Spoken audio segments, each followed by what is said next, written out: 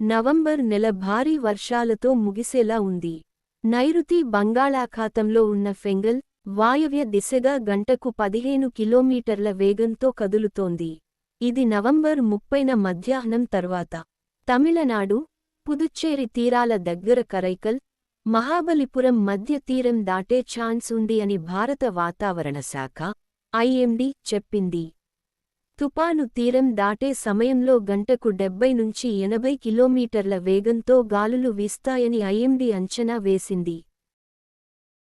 తుపాను కారణంగా నవంబర్ 30న తమిళనాడుతో పాటు రాయలసీమ, కోస్తాంధ్ర, యానాంలో భారీ నుంచి అతి భారీ వర్షాలు కురుస్తాయని, కొన్ని చోట్ల ఒకేచోట భారీగా వర్షం కురుస్తుందని ఐఎండీ చెప్పింది.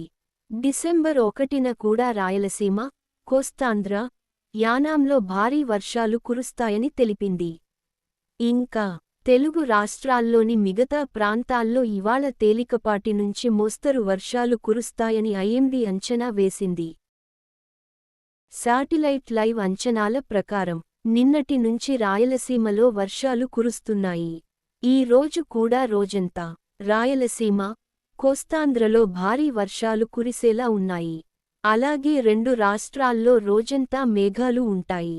ఏపీలో దక్షిణ కోస్తా జిల్లాలైన ప్రకాశం, నెల్లూరు, రాయలసీమలోని తిరుపతి, చిత్తూరు, కడప జిల్లాల్లో అక్కడక్కడ భారీ వర్షాలు కురుస్తాయని, మిగిలిన చోట్ల విస్తారంగా తేలికపాటి నుంచి మోస్తరు వర్షాలు పడే అవకాశం ఉందని తెలిపింది.